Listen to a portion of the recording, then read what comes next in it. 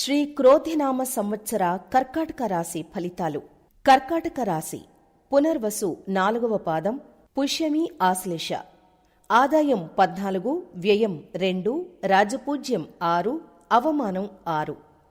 గ్రహాల సంచారం అనుకూలంగా ఉన్నా మిశ్రమ ఫలితాలే ఉన్నాయి. ఆదాయం బాగున్నా సంతృప్తి ఉండదు. తెలియని వెలితి వెన్నాడుతుంది. కార్యసిద్ధికి ఓర్పు ప్రధానం. ఓర్పుతో యత్నాలు సాగించండి. శుభకార్యాన్ని ఘనంగా చేస్తారు. బంధువులతో సంబంధాలు బలపడతాయి. సంస్థల స్థాపనలకు అనుకూలం.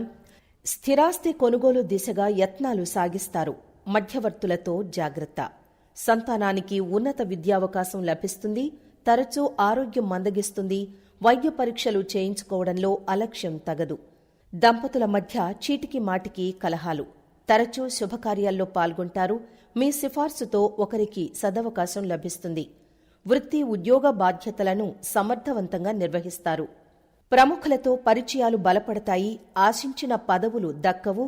ఉపాధ్యాయులు విద్యార్థులకు కష్ట సమయం.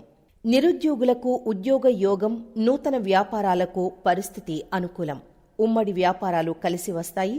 వ్యవసాయ రంగాల వారికి నిరాశాజనకం. పంట దిగుబడి బాగున్నా ఆశించిన మద్దతు ధర లభించదు. బిల్డర్లకు ఆశాజనకం. కాంట్రాక్టులు దక్కించుకుంటారు.